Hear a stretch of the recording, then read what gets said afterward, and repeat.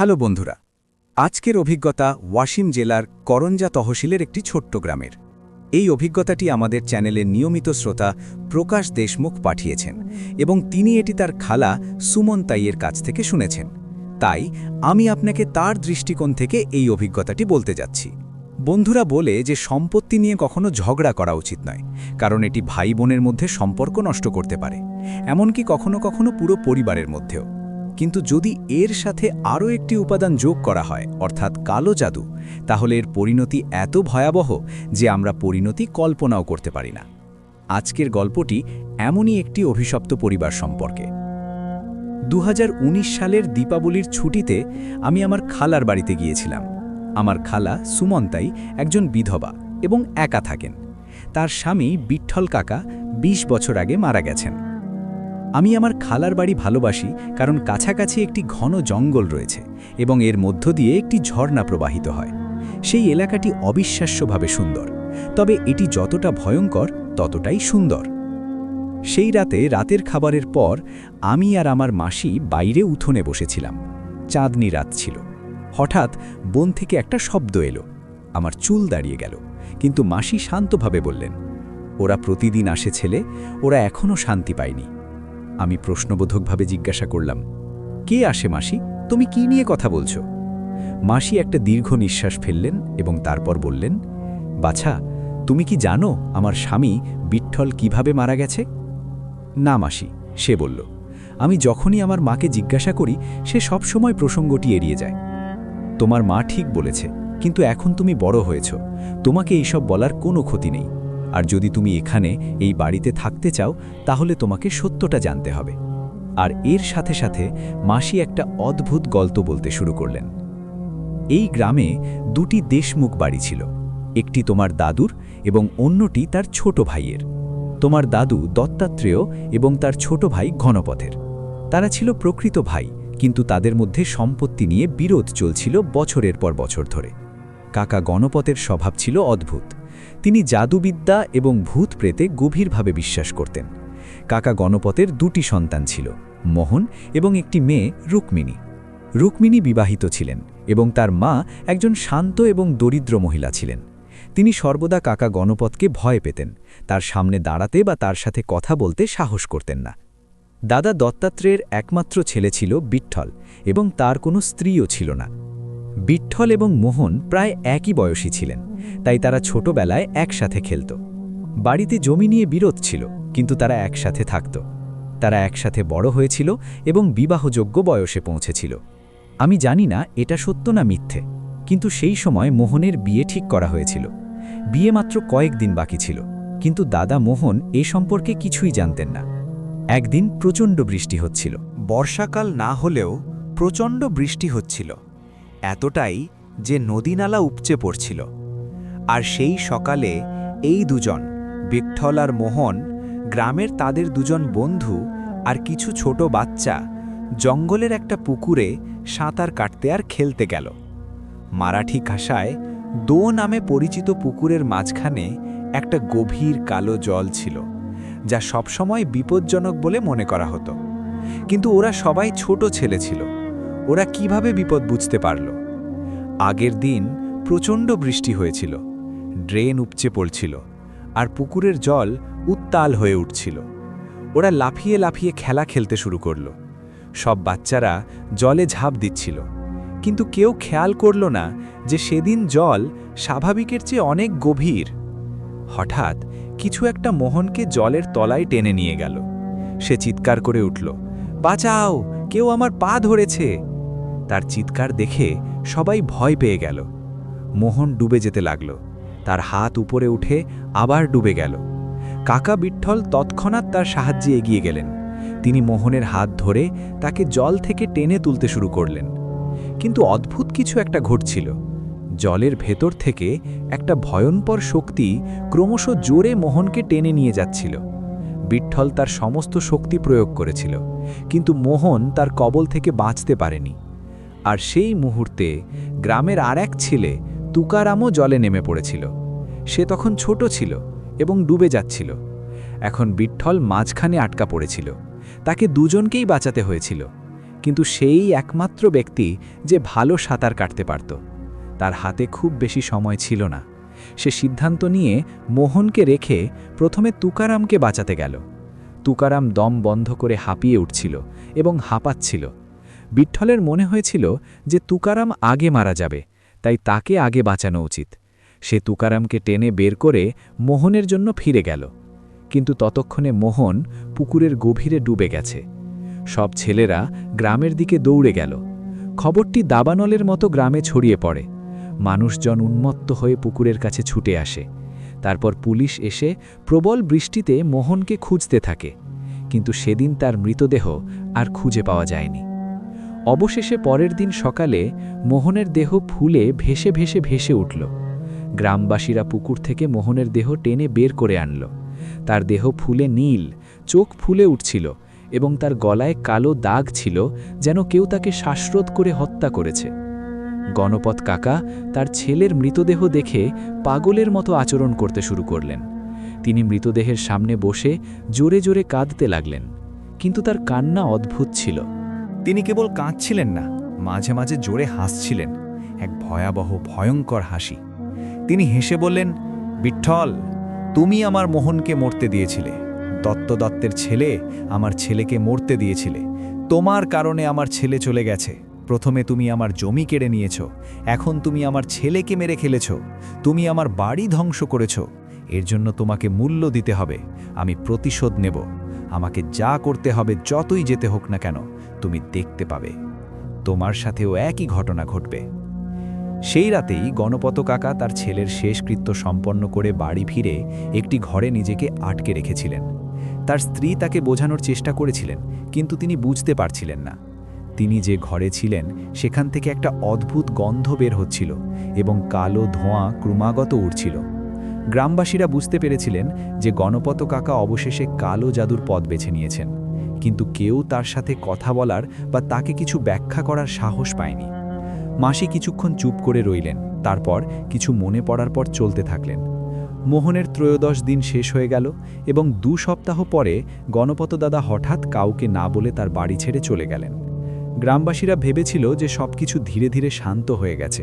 তারা ধরে নিয়েছিল যে গণপত কাকা তার ছেলের শোকে পাগল হয়ে গেছেন এবং সেই কারণেই তিনি বাড়ি ছেড়ে চলে গেছেন। কিন্তু ঘটনাটি তা ছিল না। তিনি ঠিক 1 বছর পরে গ্রামে ফিরে আসেন, আর সেই দিনই আপনার বিঠ্ঠল কাকার সাথে আমার বিয়ে হচ্ছিল। আমাদের বিয়ে সবে শুরু হয়েছিল। গণপত দাদাও সেই বিয়েতে ছিলেন, কিন্তু আমি তখন জানতাম না তিনি কে ছিলেন। যখন আমার শ্বশুর আমাকে তার পা ছুঁতে বললেন, তখন বিঠ্ঠল কাকা অর্থাৎ আমার স্বামী আমাকে বললেন যে তিনিও আমার শ্বশুর, মানে তোমার দাদুর ভাই। আমরা তার আশীর্বাদ নিতে এগিয়ে গেলাম। তারপর তিনি খুব কর্কশ কণ্ঠে বললেন, এটা মোহনের শ্রাদ্ধ। মোহন মারা যাওয়ার 1 বছর হয়ে গেছে। তোমার কি মনে আছে? তুমি কি ভুলে গেছো? এই বলে তিনি চলে গেলেন। তিনি আমাদের তার পা ছুঁতেও দিলেন না। আমি বুঝতে পারছিলাম না কেন তিনি এমনটি বললেন। আর বিয়ের পরের দিনই হঠাৎ বিঠ্ঠল অসুস্থ হয়ে পড়লেন। সেই রাত থেকে তিনি ভয়ানক দুঃস্বপ্ন দেখতে শুরু করলেন। তিনি মাঝরাতে চিৎকার করে জেগে উঠতেন এবং কেঁদে ফেলতেন। কাঁদতে কাঁদতে তিনি বলতেন, মোহন আমাকে জলে টেনে নিয়ে যাচ্ছে। সে বলছে, আমি তোমাকে আমার সাথে নিয়ে যাব। এবং এটি নিত্যদিনের ঘটনা হয়ে দাঁড়ালো। তার আচরণ দেখে তোমার দাদু দত্তাত্রেয় খুব চিন্তিত হয়ে পড়লেন। তিনি ভূত বা জাদুবিদ্যায় বিশ্বাস করতেন না। প্রথমে তিনি তার ছেলে বিঠ্ঠলকে ডাক্তার এবং বৈদ্যদের কাছে নিয়ে গেলেন, কিন্তু কেউ জানত না তাকে কি চিকিৎসা দিতে হবে। চিকিৎসা চলছিল, কিন্তু তার উপরের কোনো প্রভাব পড়ছিল না। দিন দিন বিঠ্ঠল ক্রমশ ক্ষীণ হতে থাকে। তার শরীর ভেতর থেকে শুকিয়ে যেতে থাকে, যেন ভেতর থেকে পচে যায়। প্রতিদিন তার শরীরে নতুন নতুন দাগ দেখা দেয়। কখনো কালো দাগ দেখা দেয়, কখনো কখনো তার ঘাড়ে পেরেকের দাগ, যেন কেউ তাকে শ্বাসরোধ করে হত্যা করেছে। আর বিঠ্ঠল কেবল একটি কথাই বলতে থাকে। মোহন রাতে এসে জিজ্ঞাসা করে, তুমি আমাকে কেন ছেড়ে দিলে? কেন তুকারামকে বাঁচিয়েছিলে? এখন তুমি আমার সাথে আসবে। আমি তোমাকে পুকুরের তলদেশে নিয়ে যেতে এসেছি। আর এই কথা বলার পর সে ছোট শিশুর মতো কাঁদতে শুরু করে। 1 মাস কেটে গেল না। বিঠ্ঠলের শরীর কঙ্কাল হয়ে গেল, তার ত্বক শুকিয়ে গেল। সে ঠিকমতো খায়নি, ঘুমায়নি। সে কেবল চোখ বড় বড় করে তাকিয়ে রইল। আমি খুব ছোট ছিলাম, আমার নতুন বিবাহিত ছিলাম, কিন্তু সম্ভবত বৈবাহিক সুখ আমার ভাগ্যে ছিল না। এই সব দেখে আমি ভয় পেয়ে গেলাম। মাঝে মাঝে ভাবতাম, কেন আমি এই পরিবারে বিয়ে করেছি, আর সারা রাত কাঁদতাম এই ভেবে। বিঠলের অবস্থা দেখে আমি সহ্য করতে পারছিলাম না। তার সমস্ত চুল সাদা হয়ে গিয়েছিল, মাথার মাঝখানের চুল পড়ে গিয়েছিল, তার টাক স্পষ্ট দেখা যাচ্ছিল, তার শরীরের বাকি অংশে একটি চুলও অবশিষ্ট ছিল না। তার পুরো শরীরের চামড়া কালো হয়ে গিয়েছিল, যেন সে শেষবার স্নান করেছিল ঈশ্বর জানেন কখন। তার মুখ ফ্যাকাশে হয়ে গিয়েছিল, তার গাল সম্পূর্ণ ডুবে গিয়েছিল, বিশাল গর্ত তৈরি হয়েছিল। তার চোখ ডুবে গিয়েছিল এবং ফ্যাকাশে হয়ে গিয়েছিল, তার ঠোঁট শুকিয়ে গিয়েছিল, তার হাত ও পায়ের চামড়া আলগা হয়ে গিয়েছিল, তার হাড়ের সাথে লেগেছিল। এবং যেহেতু সে সম্পূর্ণ শয্যাশায়ী ছিল, তাই তার চারপাশে সর্বদা একটি অদ্ভুত দুর্গন্ধযুক্ত দুর্গন্ধ লেগে থাকত। এবং আরও আশ্চর্যের বিষয় ছিল যে তার গলা থেকে একটি অদ্ভুত ঘড়ঘড় শব্দ শোনা যেত। মনে হচ্ছিল যেন আমার বয়সী বিঠল সেই বিছানায় শুয়ে আছে, কিন্তু একজন বৃদ্ধ মানুষ যে কোনো মুহূর্তে মারা যেতে পারে। রাতে তার দিকে তাকাতেও ভয় পেতাম। তোমার দাদু আমার কষ্ট বুঝতেন, কিন্তু তারও কোনো নিয়ন্ত্রণ ছিল না।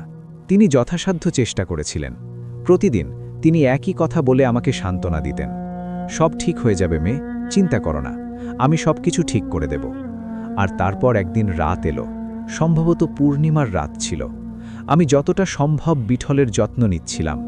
বিঠল ঘুমাতে ভয় পাচ্ছিল, তাই আমরা সবাই বাইরের ঘরে একসাথে ঘুমিয়েছিলাম। যথারীতি সেই রাতে আমি ঘুমাতে পারিনি।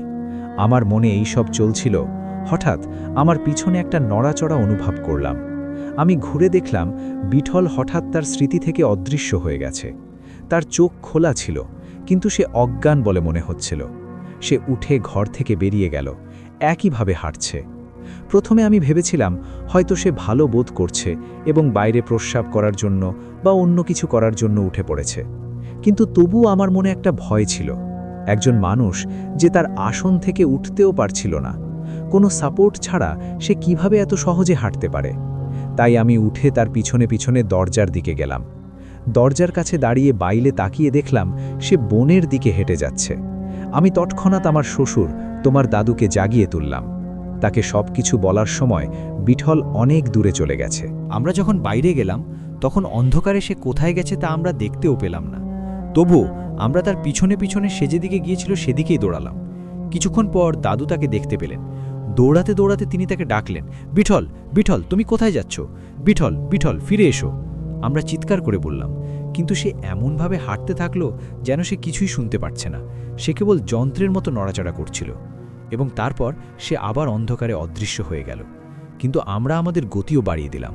আমরা পুকুরের ধারে তার পিছনে গেলাম এবং সেখানে আমরা যা দেখলাম তাতে আমার রক্ত জমে গেল। চাঁদের আলোয় আমরা পুকুরের জলের উপর দাঁড়িয়ে থাকা একটি মূর্তি দেখতে পেলাম, একটি কালো নীল মূর্তি।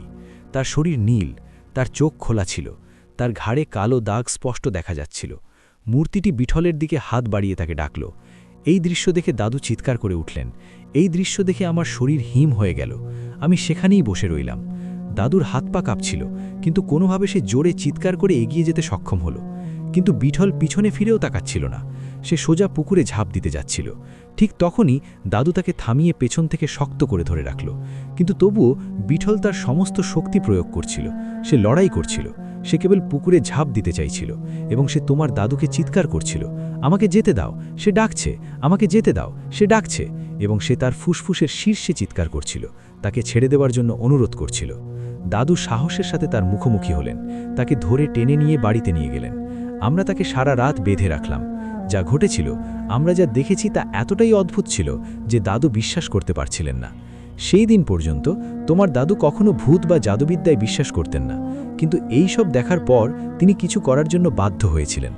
পরদিন ভোরে দাদু একজন তান্ত্রিকের কাছে গেলেন। তার নাম বাবা সাহেব পটবর্ধন। তিনি কাছের এক গ্রামে থাকতেন এবং এই ধরনের কালো জাদু সমাধানে তার দক্ষতার জন্য বিখ্যাত ছিলেন। দাদু তাকে সত্য কথা বললেন এবং তারপর তাকে বাড়িতে নিয়ে এলেন।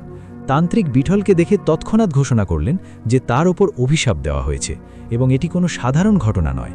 কেউ শ্মশানের গুপ্তবিদ্যা ব্যবহার করছে, কেউ সেই কূপের শক্তি জাগিয়ে এই ছেলেটিকে হত্যা করার চেষ্টা করছে। আর তখন দাদু বললেন, কিন্তু আমি এসবে বিশ্বাস করি না বাবা। বাবা হাত দিয়ে চুপ থাকার ইঙ্গিত করলেন এবং একই সুরে বললেন, সে এখানে প্রতিশোধের আগুন নিয়ে বসে আছে। সে যেই হোক না কেন, সে জানে কিভাবে শবদাহের চিতা খুলি এবং মৃত জলের ছাই ব্যবহার করতে হয়। তোমার পাড়ায়, গ্রামে অথবা তোমার আত্মীয়দের মধ্যে এমন কেউ আছে কি যার সাথে তোমার ঝগড়া হয়েছে অথবা যে তোমার উপর রাগ করেছে? দাদু তৎক্ষণাৎ তার ভাই গণপত কাকার কথা মনে করলেন, কিন্তু তিনি কিছুই বললেন না। তিনি কেবল আমার দিকে তাকালেন। নিজের ভাই সম্পর্কে এমন কথা বলা তার সহ্য হচ্ছিল না। আর ঘটনার প্রায় 1 বছর হয়ে গেছে, তাই সে চুপ করে রইল। ততক্ষণে আমি সেই অতীতের ঘটনার কিছু স্মৃতি শুনতে পেলাম, আর মাসি আবার শান্ত হয়ে গেলেন। মাসি তার গলায় পড়া একটি তাবিজ দেখিয়ে বললেন, বাবা সাহেব কিছু প্রতিকারের পরামর্শ দিয়েছেন। তিনি বিঠলের শরীরে কিছু যন্ত্র বেঁধে দিলেন এবং তার গলায় একটা তাবিজ পরিয়ে দিলেন। তারপর বললেন, এই তাবিজটি কখনো খুলবেন না। 3 দিন ধরে এটা কাজ করবে, আর এই 3 দিনের মধ্যে আমাকে আসল তান্ত্রিককে খুঁজে বের করে তার মন্ত্র উল্টাতে হবে, নইলে কি বাবা? ভয়ে আমার মুখ থেকে এই কথাগুলো বেরিয়ে এলো। তারপর বাবা আমার চোখের দিকে তাকিয়ে বললেন, নইলে এই ছেলেটি কুণ্ডে যাবে, আর অন্য কেউ। এই কথা শুনে মনে হলো যেন দাদুর শরীর থেকে প্রাণ বেরিয়ে গেছে। তিনি তৎক্ষণাৎ বসে পড়লেন এবং ভীত হয়ে জিজ্ঞাসা করলেন, এই বাবাকে? আমার দিকে তাকিয়ে বললেন, এই মেয়ে, এই নববধূ, কারণ কুণ্ডন্ত্রা একটির বিনিময়ে 2টি জীবন দাবি করে। এই কথা শুনে আমার হৃদয় কেঁপে উঠল, কারণ তখন আমার বয়স ছিল মাত্র 17 বছর। আমি যা কিছু জানতাম সব তাকে বলতে যাচ্ছিলাম। ঠিক তখনই দাদু আমাকে আবার থামিয়ে দিলেন। তিনি বাবাকে 1 বছর আগের ঘটনা এবং তার ভাইয়ের কথা বললেন, যে অনেক মাস ধরে নিখোঁজ ছিল। এই কথা শুনে বাবা তৎক্ষণাৎ গণপত কাকার বাড়িতে যাওয়ার সিদ্ধান্ত নিলেন। আমরা সবাই একসাথে বেরিয়ে এলাম, কিন্তু যখন আমরা পৌঁছে দরজায় ধাক্কা দিলাম, কেউ সাড়া দিল না। ভেতর থেকে তালাবদ্ধ ছিল, কিন্তু আমরা নিশ্চিত ছিলাম যে কেউ ভেতরে আছে। দাদু জোর করে দরজা ভেঙে ভেতরে ঢুকলেন এবং আমরা সবাই ভেতরে ঢুকলাম। কিন্তু ভেতরে যা দেখলাম তাতে আমাদের রক্ত জমে গেল। ঘরটি সম্পূর্ণ কালো হয়ে গেল, আগুনে দেয়াল কালো হয়ে গেল। ঘরের মাঝখানে ছিল শেষকৃত্যের ছাই দিয়ে তৈরি একটি বৃত্ত, যেখানে একই সাথে 3টি মোমবাতি জ্বলছিল। বৃত্তের ঠিক মাঝখানে ছিল একটি মানুষের খুলি, এবং সে খুলির ওপরে একটি পুতুল, বিঠ্ঠলের পোশাক দিয়ে তৈরি একটি পুতুল। পুতুলের গলায় একটি কালো সুতো শক্ত করে জড়িয়েছিল, তার মাথায় একটি পেরেক বিদ্ধ করা হয়েছিল, এবং পুতুলটি পচা মাংসের দুর্গন্ধে সম্পূর্ণরূপে ডুবে গিয়েছিল। বাবা সাহেব এটি দেখে অবিলম্বে বুঝতে পারলেন যে এই সমস্ত কিছুর পিছনে মূল পরিকল্পনাকারী এই। বাবা তৎক্ষণাৎ মূর্তির দিকে এগিয়ে গেলেন এবং বললেন, এটা সব মরণতন্ত্র। এই খুলিটা ওই পুকুর থেকেই নেওয়া হয়েছে, আর এই সব করা হয়েছে ওই পুকুরের কালো শক্তিকে জাগিয়ে তোলার জন্য। বাবা তৎক্ষণাৎ মূর্তিটি তুলে আগুনে ছুঁড়ে ফেলার জন্য সরে গেলেন। কিন্তু ঠিক সেই মুহূর্তে ঘরের অন্য কোণের অন্ধকার থেকে আমরা একটি কণ্ঠস্বর শুনতে পেলাম, একটি ভয়ঙ্কর, সম্পূর্ণ অমানবিক কণ্ঠস্বর। তুমি এই তন্ত্রকে উল্টাতে পারবে না। মোহন মারা গেছে, এখন বিঠ্ঠলকে হত্যা করা হবে। এটাই ন্যায় বিচার। বিঠ্ঠল মারা না যাওয়া পর্যন্ত আমি আমার ছেলের শ্রাদ্ধ অনুষ্ঠান করব না। আমরা কণ্ঠস্বরের দিকে তাকালাম এবং দেখলাম গণপত দাদাজি অদ্ভুতভাবে সেখানে বসে আছেন। তার অবস্থা আর মানুষের মতো ছিল না, তিনি সম্পূর্ণ পাগল হয়ে গিয়েছিলেন। তার শরীর ছাইয়ে ঢাকা, তার চুল এলোমেলো, তার চোখ রক্তাক্ত এবং তার মুখে এক অদ্ভুত ভয়ঙ্কর হাসি। আপনার দাদা হাত জোর করে তার সামনে দাঁড়িয়েছিলেন, আর তখন গণপত কাকা চিৎকার করে বললেন, আমার মোহনকে ফিরিয়ে আনুন, আমি এই তন্ত্র ফিরিয়ে আনব। আর বাবা এগিয়ে এসে বললেন, গণপত, তুমি কি করেছ? পুকুরের শক্তিকে ডাকতে ডাকতে একটা আত্মাকে জাগিয়ে তুলেছিলে। এটা তো সবচেয়ে বড় পাপ। তুমি জানো না, কিন্তু তোমাকেও এর পরিণতি ভোগ করতে হবে। এই কথা শুনে তিনি আবার হেসে বললেন, ঠিক আছে, আমার কিছু যায় আসে না। আমার মোহন চলে গেছে, তার জায়গায় দত্তের বিঠ্ঠল চলে যাবে, আর তার স্ত্রীও চলে যাবে। এটাই আমার প্রতিশোধ, তবেই মোহনের আত্মা শান্তি পাবে। এই সব কথা বলতে বলতে বাবা জোর করে পুতুলটিকে আগুনে ছুঁড়ে মারলেন। পুতুলটি জ্বলতে শুরু করল, আগুন জ্বলে উঠল আর কালো ধোঁয়া বেরোতে লাগল। ধোঁয়া থেকে একটা অদ্ভুত চিৎকারের শব্দ ভেসে এলো। হয়তো এটা মোহনের কণ্ঠস্বর অথবা ভয়াবহ কিছুর চিৎকার। চাচা, আমাকে যেতে দাও! আমি সেখানে জলের মধ্যে তলদেশে আটকা পড়েছি। এই কথা শুনে গণপত চাচা একটা ভয়াবহ চিৎকার করে মাথা দেয়ালে জোরে আঘাত করলেন। রক্তের ঝর্ণা বেরিয়ে এলো এবং তিনি ভেঙে পড়লেন। বাবা তার নাড়ি পরীক্ষা করলেন, কিন্তু কাকা গণপত ঘটনাস্থলেই মারা গিয়েছিলেন। ততক্ষণে পুরো গ্রাম জানত। বলা হতো যে গণপত কাকা কালো জাদু এবং কর্মজাদু করতেন, আর তাই কেউ তার দেহ স্পর্শ করতে এগিয়ে আসেননি। অবশেষে গ্রামের কিছু জ্ঞানী ব্যক্তি তাকে তুলে নিয়ে গিয়ে দাহ করেন এবং ঘরটি চিরতরে তালাবদ্ধ করে দেন। এই কথা বলার পর মাসি চুপ করে যান। গল্পটি শুনতে শুনতে আমার মনে হয়েছিল সব শেষ। তারপর আমি বললাম, মাসি, সবকিছু ঠিক আছে? মাসি চোখ বন্ধ করে অন্যদিকে তাকিয়ে থাকতে থাকেন। গণপত কাকা মারা যান, তার মন্ত্র অসম্পূর্ণ থেকে যায়। বাবা বলেছিলেন যে বিঠলকে রক্ষা করা হবে, কিন্তু বাবার ভবিষ্যৎবাণী ভুল প্রমাণিত হয়। সেই রাতে বিঠল আরেকটি স্বপ্ন দেখেন। এবার মোহন নয়, বরং গণপত কাকা স্বপ্নে এসেছিলেন। তিনি তাকে বলেন, আমার মন্ত্র শেষ হয়েছে, কিন্তু আমার অভিশাপ রয়ে গেছে। বিঠল, তুমি আমার ছেলেকে বাঁচাওনি, তুমি ইচ্ছাকৃতভাবে তাকে মৃত্যুর জন্য ছেড়ে দিয়েছিলে। আমি তোমাকে অভিশাপ দিচ্ছি, তুমি সেই পুকুরের জল পান করবে এবং তোমার স্ত্রী তোমার সাথে যাবে। কোনোভাবে সেই রাতে আমরা বিঠলকে রাজি করিয়েছিলাম, সেই গণপত কাকা মারা গেছেন, এখন তোমার কিছু হবে না। তবুও তিনি সারা রাত জেগেছিলেন। পরের দিন যখন আমরা গভীর ঘুমেছিলাম, বিঠল জেগে উঠলেন। সকাল হতে চলেছে, কিন্তু এখনও হয়নি, এবং তারপর তিনি অদ্ভুত আচরণ শুরু করলেন। কিছু একটা বিড়বিড় করতে লাগলেন, এবং এই দিনটিই ছিল মোহনের শ্রাদ্ধ অনুষ্ঠানের কথা। এবং তারপর তিনি বলতে শুরু করলেন যে আমাকে যেতে হবে, তিনি আমাকে ডাকছেন, এটি তার আদেশ, আমাকে যেতে হবে, আমাকে যেতে দিন, আমাকে থামাবেন না। এবং এইভাবে বিড়বিড় করে তিনি ঘর থেকে বেরিয়ে গেলেন। আমি এবং দাদু এইসব দেখছিলাম। আমরা তাকে থামাতে পারতাম। সে তা করার আগেই সে সোজা বনের দিকে দৌড়াতে শুরু করল। আমরা তার পিছনে দৌড়ালাম, কিন্তু সে শুনছিল না। তার শক্তির অভাব থাকা সত্ত্বেও সে আমাদের চেয়ে দ্রুত দৌড়াচ্ছিল। সূর্য তখনও ওঠেনি, কিন্তু আকাশে এক মৃদু আলো ছড়িয়ে পড়ছিল। দৌড়াতে দৌড়াতে বিঠল পুকুরের ধারে পৌঁছে গেল। আমরা সেই মুহূর্তে একটু পিছিয়েছিলাম। আমরা তাকে ডাকছিলাম, কিন্তু হঠাৎ সে জলের কাছে বসে পড়ল। সে অন্ধকার জলে হাত ডুবিয়ে ছোট ছোট ঢোকিয়ে পান করতে লাগল। দাদু তার সমস্ত শক্তি দিয়ে চিৎকার করে বললেন, বিঠল, ওই জল খাও না। দাদু চিৎকার করছিলেন, কিন্তু বিঠল চোখ বন্ধ করে পান করতে থাকলেন। 1 চুমুক, 2 চুমুক, 3 চুমুক।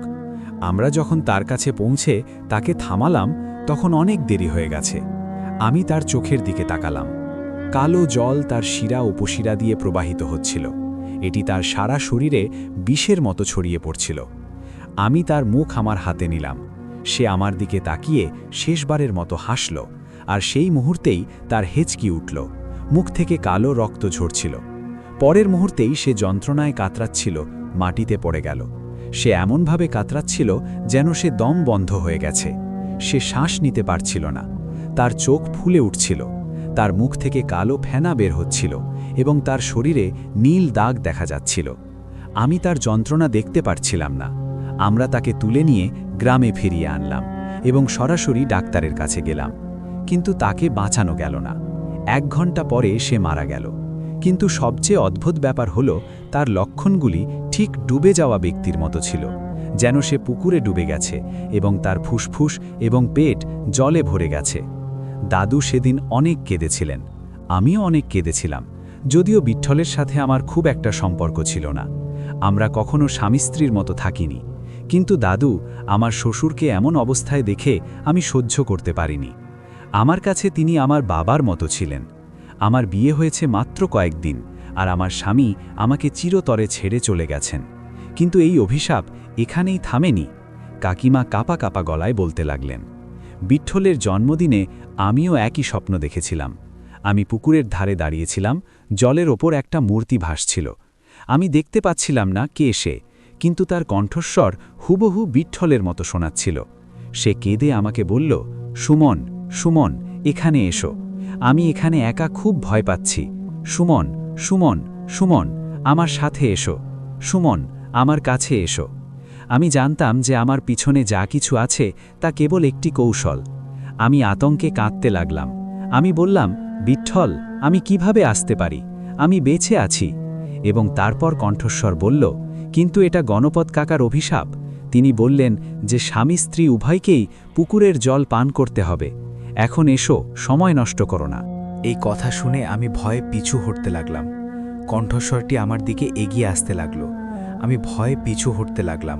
তারপর সে দ্রুত এগিয়ে এসে আমার হাত ধরে ফেলল। আমি তার মুখ দেখতে পেলাম না, কিন্তু এটা বিঠল ছিল না। তার মুখ এতটাই ভয়ঙ্কর ছিল যে আমি ঘুমের মধ্যে জোরে চিৎকার করে উঠলাম, আর ভয়ে আমার চোখ খুলে গেল। ঠিক সেই মুহূর্তে আমি ঘামে ভিজে গেলাম। আমার কণ্ঠস্বর শুনে দাদু জেগে উঠলেন। তিনি আমার ঘাড়ে ঠান্ডা ভেজা হাতের চিহ্ন দেখতে পেলেন। তারপর পরের দিনই আমার স্বাস্থ্যের আরও অবনতি হলো। আমি ক্রমাগত বমি করতে লাগলাম, কালো জল ফেলতে লাগলাম, যেন আমার পেট পুকুরের জলে ভরে গেছে। দাদু আবার বাবা সাহেবকে ডাকলেন। তিনি আমাকে পরীক্ষা করে বললেন, অভিশাপ আমার উপর কাজ করছে। গণপত যখন মারা যাচ্ছিলেন তখন যে অভিশাপ দিয়েছিলেন তা বাস্তব হতে চলেছে। এটি কোনো তন্ত্র নয়, তাই আমি এ বিষয়ে কিছুই করতে পারি না। তারপর কান্নাজড়িত কণ্ঠে দাদু জিজ্ঞাসা করলেন, এখন আমাদের কি করা উচিত বাবা? আমরা ওকে কিভাবে বাঁচাবো? বাবা কিছুক্ষণ ভেবে বললেন, ওকে এখান থেকে নিয়ে যাও, এই গ্রাম থেকে অনেক দূরে। এই পুকুর, এই বন, হয়তো অভিশাপ দুর্বল হয়ে যাবে। তারপর তিনি আমাকে একটা তাবিজ দিলেন, যাতে অশুভ আত্মারা আমার কাছে আসতে না পারে। দাদু আমাকে গ্রাম থেকে তাড়িয়ে দিলেন এবং আমার বাবা মায়ের বাড়িতে ফেরত পাঠালেন। আমার বাবা মা ইতিমধ্যেই দরিদ্র ছিলেন। তারপর যখন আমি একটু বড় হলাম তখন আমি নিজের পায়ে দাঁড়ানোর সিদ্ধান্ত নিলাম। আমি বাড়ি ছেড়ে অন্য গ্রামে চলে গেলাম এবং এখানে থাকতে শুরু করলাম। কিন্তু অভিশাপ শেষ হয়নি। আজও আমি বিঠলকে স্বপ্ন দেখি এবং সে বলে, সুমন, ফিরে এসো, আমার তোমাকে দরকার, তোমাকে এখানে আসতে হবে। আমি 20 বছর ধরে এই অভিশাপ নিয়ে বেঁচে আছি। দাদু মারা গেছেন, আমি একা রয়ে গেছি। কিন্তু একটা জিনিস আছে যা আমি এখনও করি না। আমি ভীত হয়ে জিজ্ঞাসা করলাম, কি জিনিস মাসি? মাসি একটু হেসে বললেন, আমি রাতে ঘুমানোর সময় কখনো জল পান করি না, কারণ আমি ভয় পাই যে আমি ভুলবশত পুকুরের জল পান করব এবং বিঠলের সাথে চিরতরে তাতে আটকা পড়ে যাব। আমি আজও তার কণ্ঠস্বর শুনতে পাই, কিন্তু এখন আমি সেই কণ্ঠস্বরের সাথে বাঁচতে শিখেছি। তাদের সাড়া না দেওয়াই আমার সেরা প্রতিরক্ষা। আন্টির গল্প শেষ হয়ে গেল, কিন্তু এটা শুনে আমি কাঁপছিলাম। রাত হয়ে গেল, আন্টি তার কাজ করতে গেল আর আমি আমার ঘরে শুয়েছিলাম, সম্ভবত থালা বাসন মাজছিলাম। হঠাৎ বন থেকে আবার একই কণ্ঠস্বর ভেসে এলো, সুমন, সুমন, এখানে এসো, আমি তোমার জন্য অপেক্ষা করছিলাম। আন্টি উঠে দরজা বন্ধ করে দিলেন। তো বন্ধুরা, এটাই ছিল আজকের গল্প। এই ঘটনাটি তোমাদের কেমন লেগেছে কমেন্টে জানাও। আর যদি গল্পটি তোমাদের ভালো লেগে থাকে তাহলে ভিডিওটি হাইপ করো, লাইক করো এবং তোমার বন্ধুদের সাথে শেয়ার করো। আজকের জন্য এটুকুই। পরের পর্বে একই রকম ভৌতিক গল্প নিয়ে আবার দেখা হবে। ততক্ষণ পর্যন্ত ধন্যবাদ এবং শুভরাত্রি।